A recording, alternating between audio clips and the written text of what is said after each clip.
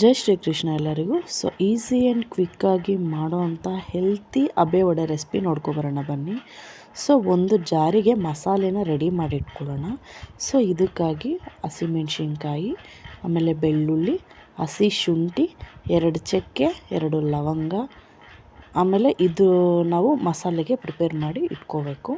So ಇದಕ್ಕೆ ನಾವು 1 ಗ್ಲಾಸಷ್ಟು ತೊಗರಿಬೇಳೆ, 1 ಗ್ಲಾಸಷ್ಟು ಕಡಲೆಬೇಳೆನ ನೆನೆಸಿಟ್ಕೊಂಡಿದ್ದೀನಿ. ಮಿನಿಮಮ್ 4 ಅವರ್ಸ್ ನೆನೆಯಬೇಕು. ಸೊ ಹಾಗೆಯೇ ಒಂದು ಸ್ವಲ್ಪ ಕೊತ್ತಂಬರಿ ಸೊಪ್ಪು, ಹಾಗೆ ಸಬ್ಸಿಗೆ ಸೊಪ್ಪು, ಆಮೇಲೆ ಈರುಳ್ಳಿ ಇದನ್ನು ಹೆಚ್ಚಿ ಒಂದು ಬೌಲ್ಗೆ ಹಾಕಿ ಇಟ್ಕೊಂಡಿದ್ದೀನಿ. ಸೊ ಈ ಮಸಾಲೆಗೆ ಬಂದ್ಬಿಟ್ಟು ಇವಾಗ ನಾವು ನೆನೆಸಿಟ್ಕೊಂಡಿರೋ ಅಂಥದ್ದನ್ನು ಕಾಳನ್ನು ಹಾಕಿ ರುಬ್ಕೋಬೇಕಾಗುತ್ತೆ ಇದಕ್ಕೆ.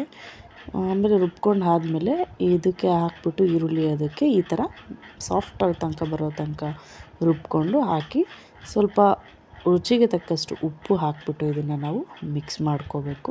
ಸೊ ಇದನ್ನು ಡಬಲ್ ಬಾಯ್ಲಿಂಗ್ ಮೆಥಡಲ್ಲಿ ನಾವು ಬೇಯಿಸ್ಕೋಬೇಕಾಗುತ್ತೆ. ಕೆಳಗಡೆ ಒಂದು ಪಾತ್ರೆಯಲ್ಲಿ ನೀರು ಹಾಕಿಬಿಟ್ಟು ಅದ್ರ ಮೇಲೆ ಈ ಥರ ಹೋಲ್ಸ್ ಇರೋವಂಥದ್ದೊಂದು ಬೌಲ್ ತೊಗೊಂಡು ಅದಕ್ಕೆ ನಾವು ಮಾಡಿರೋ ಅಂಥದ್ದನ್ನು ವಡೆ ಶೇಪಲ್ಲಿ ಮಾಡಿಬಿಟ್ಟು ಅದ್ರ ಮೇಲೆ ಇಡಬೇಕು. ಸೊ ಕೆಳಗೆ ನೀರು ಇರುತ್ತಲ್ಲ ಅಲ್ಲಿಂದ ಬರೋ ಹಬೆಯಲ್ಲೇ ಅದು ಬೇಯ್ತಾ ಹೋಗುತ್ತೆ.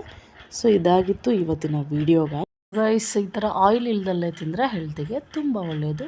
Please do subscribe my channel. Thanks for watching.